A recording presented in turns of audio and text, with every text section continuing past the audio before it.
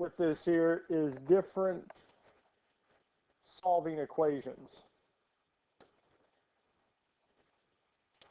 And I believe this is what we finished up with yesterday, wasn't it?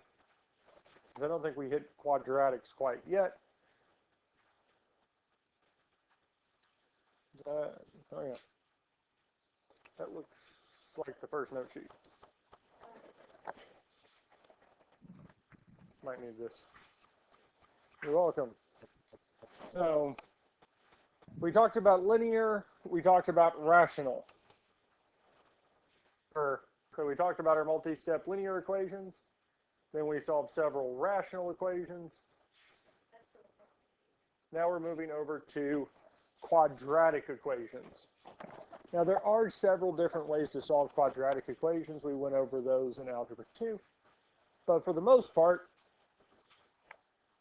for most of the ways to solve these, we need it equal to 0. There are a handful, or not a handful, but there are a few ways that we could solve it without it being equal to 0. One of those is the completing the square method. We've got to get the constant term by itself. We're wanting to rewrite in that form, or that way to solve, this quadratic as a single set of parentheses squared. And then we would use the square root method. The square root method is another way where we don't have to have it equal to 0.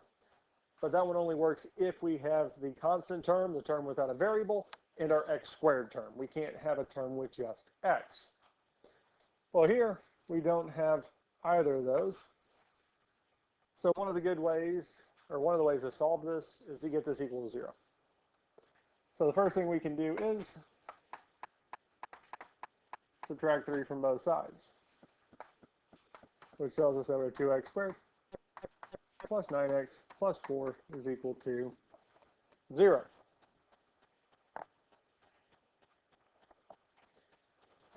Because once we get it equal to 0, we can solve by graphing, factoring, quadratic formula, completing the square. Any of those are going to work. It's never a bad option to start with graphing. So we get the graphing calculator. Clear all that out. We have 2x squared plus 9x plus 4. Well, we do have two solutions. One of them is at, it looks like -4. And the other is between 0 and -1. And we'll most likely go over this again. There's a theorem or formula, or it's a theorem called the intermediate value theorem. And the intermediate value theorem states is if we have between two x values, the y values changes from positive to negative or negative to positive, there is a solution between those two spots. So between the x values of -1 and 0, the y value is -3 and +4. So since there was a sign change in the y, there must be a solution between those two spots. So graphing did give us a solution, but it did not give us both. Now, if graphing does give us a solution, it means it is factorable. So we can factor this. And we'll need to factor to be able to get our other solution. Okay. Now, since the third term is positive, our signs are the same and match the sign of the middle term. And if the third term is negative, our signs are opposite. Since our third term is positive, the signs are the same and match the sign of our middle term, which is also positive. Now we need to find the factors of the first and third term. Now, since our first term is 2x squared, well, the factors of x squared are x and x. That's the only ones we can have. And the only factors of 2 are 2 and 1. So, well, we'll just put a 2 in one of those places, put 1 in the other. Now, our final set of factors are the factors of 4, which is 1 and 4 or 2 and 2. Which one do we want to try first, 1 and 4 or 2 and 2? 2 and 2. Now we can plug these in and check from here. Yes.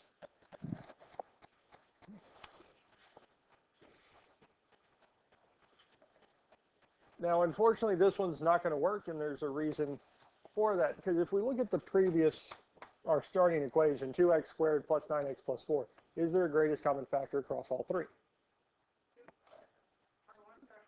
No, because 1 is 1, but it doesn't change much, but there's no greatest common factor. If there's not a greatest common factor to begin with, there's not going to be 1 in either set of factors. So 2x and 2 won't work, and if we checked it, 2x times 2 would give us 4x, and 2 times 2x would be plus 2x, giving us 6x. Now switching the 2's isn't going to do anything, but we can try 1 and 4. Now we would put the 4 in the parentheses that does not have the 2x, because 4 and 2x would have a common factor. And if we check this here, 2x times 4 would be 8x. 1 times x is going to be plus x, giving us 9x, which is the middle term that we wanted.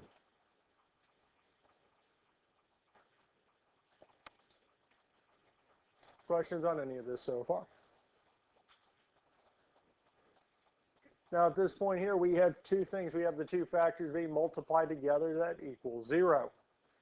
And according to the zero product property, whenever we have two or more things multiplied together to equal 0, one of them must be 0. So either 2x plus 1 is 0, or x plus 4 is 0. Now for our 2x plus 1, we would subtract 1 from both sides, telling us 2x is equal to -1. Then we would divide by 2, telling us x is -1/2. On the other equation, we can subtract 4, telling us x is -4. Now, we'd already found that one by graphing, and we just reconfirmed that it is one of the solutions. The -1/2 was the one that we did not have yet, but it does confirm or align with our graph because it was telling us that the other solution was between 0 and -1. Questions on this here? Now, if we look at the graphing calculator here, or the graph, it doesn't give us a specific value at -1/2. It looks like it could be. But one of the things we can do with this graphing calculator is if we go second trace, our first option is value. And what it lets us do here is to plug in an x value that's within the window, so -10 to 10, and it will tell us the corresponding y value to it. So for this here, when x is -1/2, the y value is indeed 0. So it does confirm that that is our solution. Questions on this here? We're ready for the next one. 2x squared minus 3x plus 1 equals 6. Well, since we do have a middle term, it might be good to get this equal to 0. So the first thing we can do is subtract 6 from both sides. When we subtract 6 from both sides, we'll get 2x squared minus 3x minus 5 is equal to 0.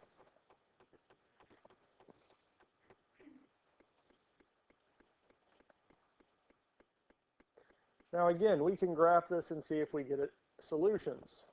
Most likely we're going to get 1, but we're not going to get 2.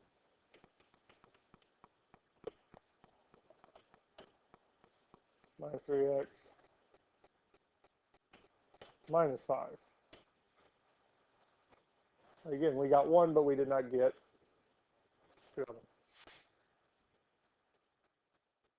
And the one solution that we got was -1.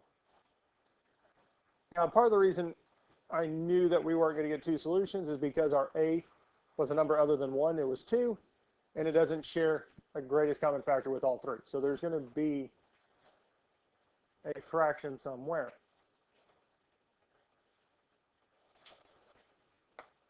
But that does mean that we can factor it. That is going to be factorable. Because the only way it would not be factorable is if one of our solutions was irrational. So the square root of 2, we have radicals left over, or complex, where we have I terms coming into play. Now we know I is not going to be part of the solution because it does cross the x-axis. I came in when the graph did not cross the x-axis for one of our solution sets. Now we know radicals aren't going to show up is because if I have one radical, I have to have another. They always come in pairs of 2. This quadratic has 2 solutions, and one of them is -1. So the other has to be rational. So we can factor this here. 2 sets of parentheses with 3 spaces. Now, since the third term is negative, our signs are opposite. One's going to be positive, one is going to be negative. Now we need to find the factors of 2x squared. Well, the factors of x squared are x and x. Factors of 2, 1 and 2. Where do we want to put the 2? Let's put it with the first one here. Now we need to find the factors of 5. Well, it's 5 and 1. Where do we want to put the 5? First one. Put 1 in the second. Last thing we need to do is just check. 2x times -1, -2x. 5 times x would be plus 5x. And -2x plus 5x is positive 3x. Is that the middle term we wanted? It is the right number, but it is the wrong sign. So if we ever get the right number but wrong sign, all we need to do is switch the signs. Because now we'd have 2x times +1, which is positive 2x. -5 times x is -5x, which would give us our -3x. And again, just like the previous one, we have our zero product property. Whenever we have 2 or more things multiplied together to equal 0, one of them has to be 0. With our 2x minus 5, first thing we do is add 5 to both sides, telling us that 2x is equal to 5. Now at this point here, we can divide both sides by 2, telling us x is equal to 5/2. Our other one, we can subtract 1, telling us x is equal to -1.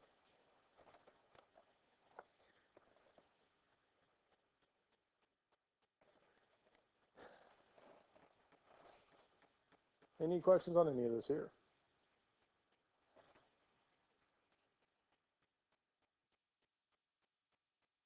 Now you could leave that one as 5/2. You could have it as 2 1/2, as a fraction, decimal, improper fraction, as a mixed number. Any of those would work. As long as it is the correct answer, I'm going to take it in any form. We feel comfortable with these here. All right. 6x squared minus 3x. Well, it's already equal to 0, yes? So we could go on and start solving this here. We could graph it. 6x squared minus 3x.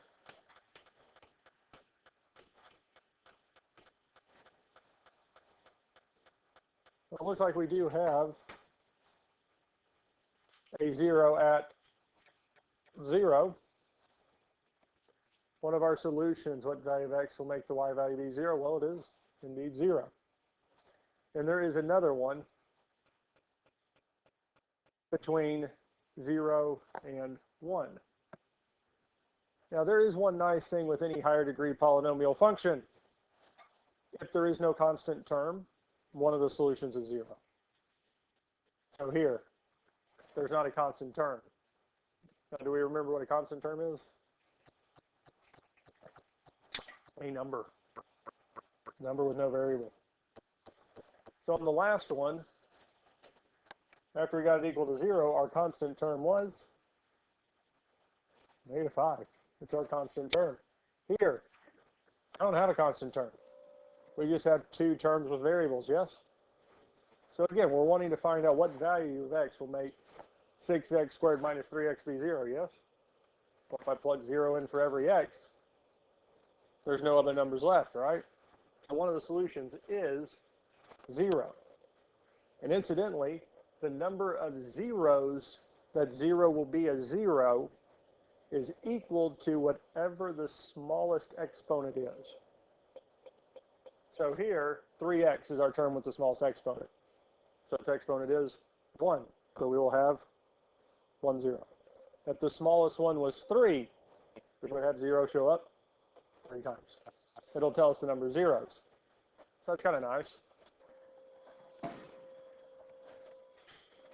Now we could go through our factoring process. And here, incidentally, we don't need two sets of parentheses. Is there a greatest common factor between 6x squared and 3x? X, yes? Anything else? 3. Because 3 will go into both 6 and 3, and x will go into both x squared and 3x. And if we factor 3x out of 6x squared, we're left with 2x. What do we get when we factor 3x out of 3x? 1. When we're factoring something out, it will simplify to 1. It will never simplify to 0. And I write 0.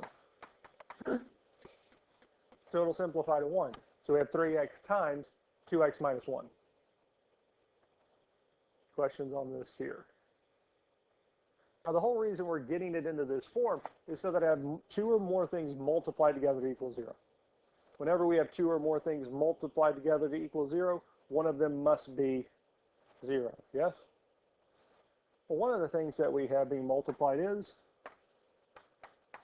2x minus 1. So 2x minus 1 is equal to 0. Well, the other thing that we have multiplied together with this is what?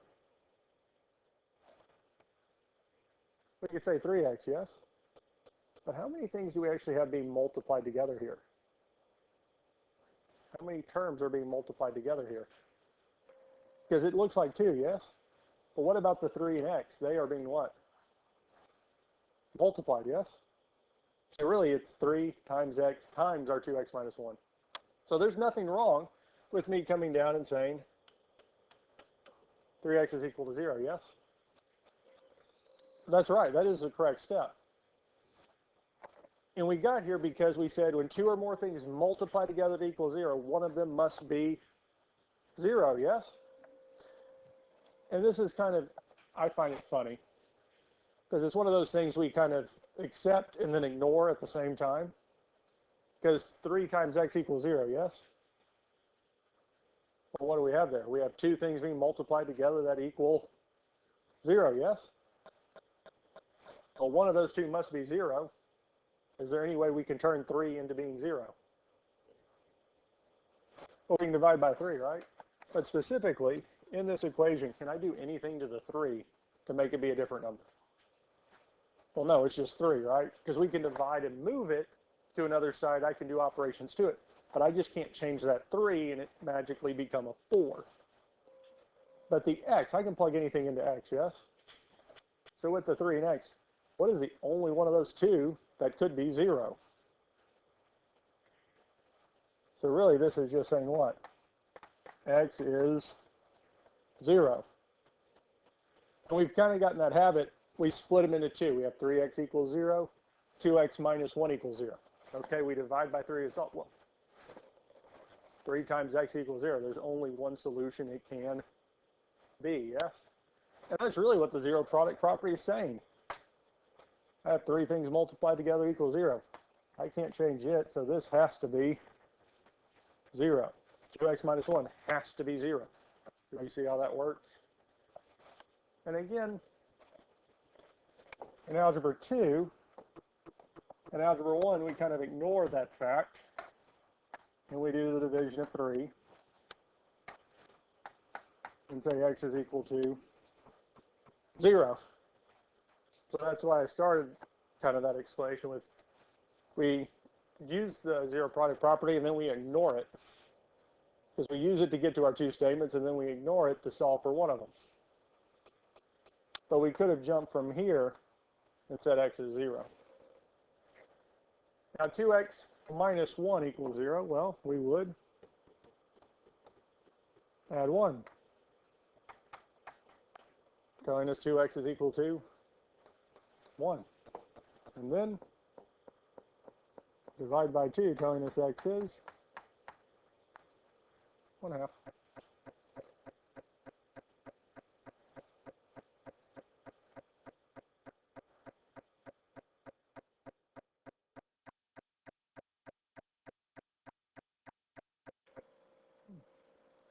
Yep. Questions on this here?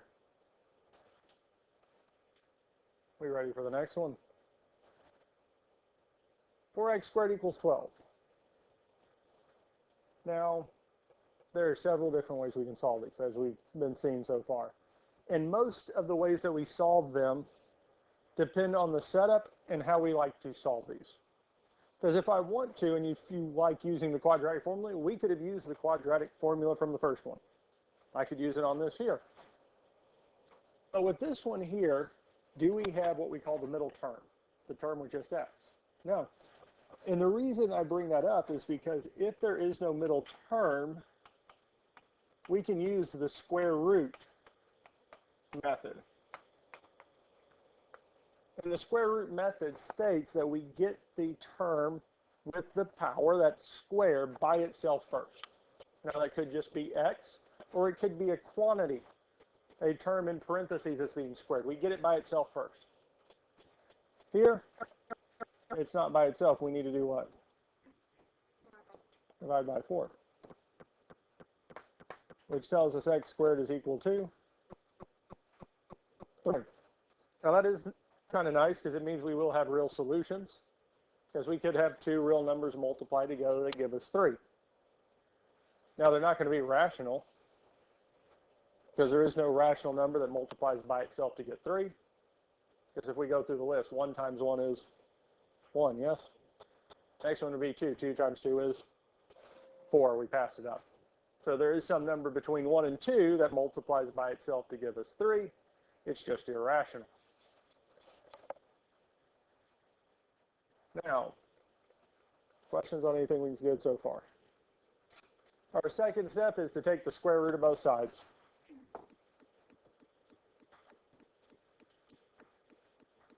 Square root of x squared is x.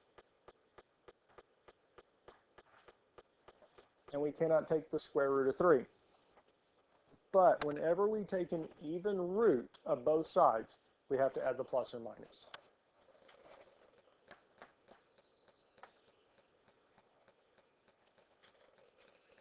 So our solution for this here is x is equal to plus or minus square root of 3. Questions? So even root is, so square root, because the index is 2. Now, normally, because in algebra 2, we just said square root. When you take the square root of both sides, you have the plus or minus. Here, we're going to be taking different roots, because if, yeah, it's not the 3, it's the index. The number that would go here, since it's 2, we don't write it. But if we took the 4th root of both sides, we add the plus or minus. If we take the 6th root, we add the plus or minus. 8th root, we need it there. So any even index that we take, we have to put that there. Yes, sir? Yes. Odd roots, it doesn't matter. It's just going to be whatever the number is. Questions on this here?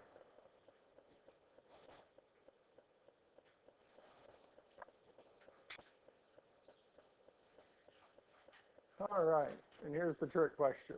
Is there a middle term? Yes and no. Yes, it does technically have a middle term, as if we actually multiplied x minus 3 squared out, it'd be x squared minus 6x plus 9. But luckily enough, because we do have a single set of parentheses being squared, and there is no other variable outside of those parentheses, we can still use the square root method. Now, I'm going to add something in here, so if it was just say 7x, you don't have to write that because I'm about to erase that in a minute. This would not be solvable by the square root method in and of itself. Because if I take the square root of both sides at this point, because that term is by itself, the left-hand side would just be x minus 3. However, the right-hand side would be the square root of 7x. I would have to get that x back out of the radical, which would mean squaring both sides. It's because there's x's inside and outside, we'd have to undo the parentheses and get back to our x squared minus 6x plus 9, get it onto the same side and go from there. So we kind of see the issue. Now, since there is no variable outside, it's the only one's right here, we can use the square root method. So if we have the only variable is inside a set of parentheses being squared, get it by itself.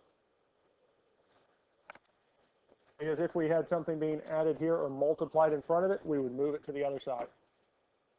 And once we get it by itself, we can take the square root of both sides. On the right-hand side, we would have the square root of 7. And since we took an even root of both sides, we have plus or minus the square root of 7. 7 is not going to simplify. Square root of 7 won't simplify at all, primarily because 7 is prime. There are no factors that would simplify with it. On the left-hand side, the square root and square would cancel, leaving us with x minus 3.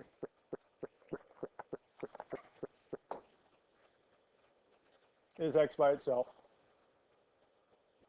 No. So we need to do what? Add 3 to both sides, telling us that x is equal to 3 plus or minus the square root of 7. And that's our final answer. We don't take it any further than that. Primarily because 3 and the square root of 7, we can't just add them as they are. It is possible to add or subtract those, but in order to do that, we need this approximate version of the square root of 7 that then we could add or subtract it with. We're not going to change it from a radical to a decimal here. If we need to, and it asks for an approximate, or I ask you for the approximate answer, then we would. And if it comes to a test, or you're taking a test and you want to make sure, or you're taking one of my tests in here, and you don't know for sure if you want it, I want it as a decimal approximation or left as that, ask. I will clarify which one I want. Does that make sense? Because again, that's not asking for the answer. That's asking, do you want the approximation, decimal, rounded, or do you want it just in radical form? And I will tell you straight out which one I want. Okay? And a lot of times I will take both. So if you give it as the approximate, I'll take it. If you give it to me as the decimal, I will take it. Normally I'll give you, I think it's within a half, or just if it's 3.005 of it, as long as it's close. If it's obvious it's close, you got the right answer, it's just rounding, I will take it. If it's way off, where I'm not.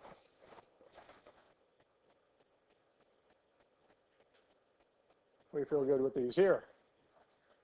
All right. Completing the square. Completing the square. Now, for the most part, I don't think rewriting out all the steps has been completely necessary. I think, for the most part, y'all have remembered all the steps. Yes? And if, again, I think this one out of all of them is one that most of us didn't use. We used it when we needed to, or I made you solve it by completing the square, and then that was about it. So our main steps is A equal to 1. If not, make it so.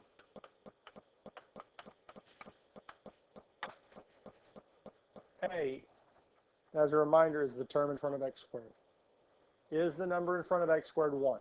If not, make it so. So if there's any number in front of x squared, we're either dividing everything by a number or multiplying by its reciprocal. So if it's 1/4, we multiply by 4. We're trying to get the number in front of x squared to be 1.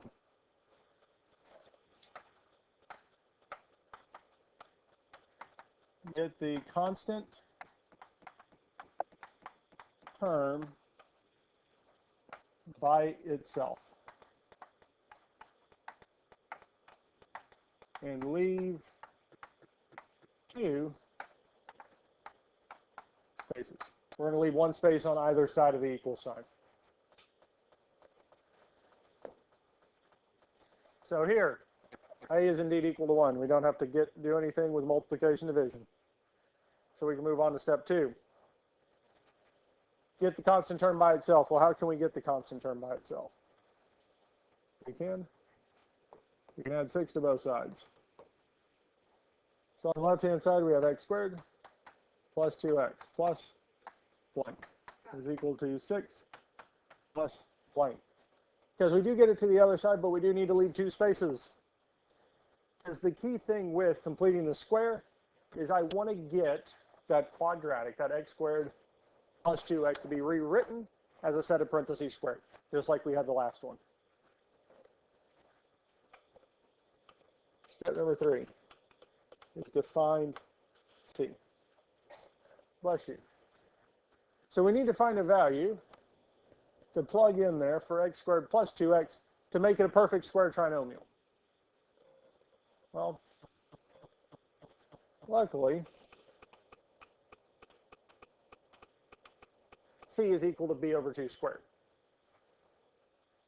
There's a set formula for it. So for this here,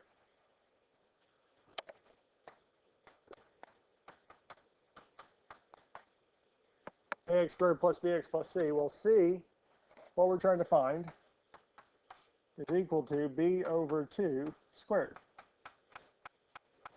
Yeah, that's fine. Thank you. You can put it right there on my desk. Now, our b value for us here is what? It's just 2. Because it's bx, so it's just going to be the 2. Yes. Yes. Now, our 2 divided by 2 is 1. And 1 squared is 1. So once we find c, we'll plug it in. So find c and plug it in.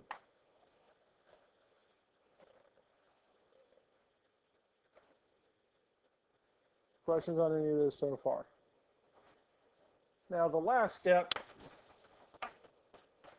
is to factor and solve.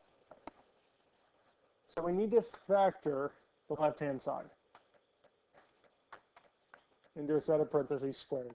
Because if we can factor it into a set of parentheses squared, we can do like we did on the last one, take the square root of both sides, get x by itself. Now there's a few nice things about factoring this here. One is that we are definitely just going to have an x. That is the reason why we needed a to be 1, so that it just works out to be x. We don't have any complications with it. Now the second part of what goes in here is going to be whatever was inside the parentheses before we squared it to find c.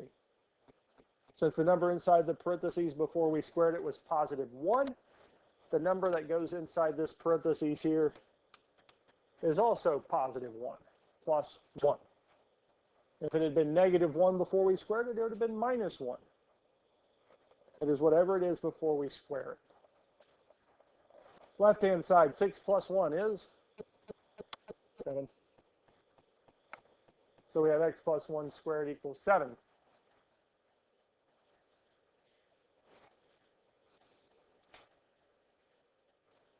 Questions on this here?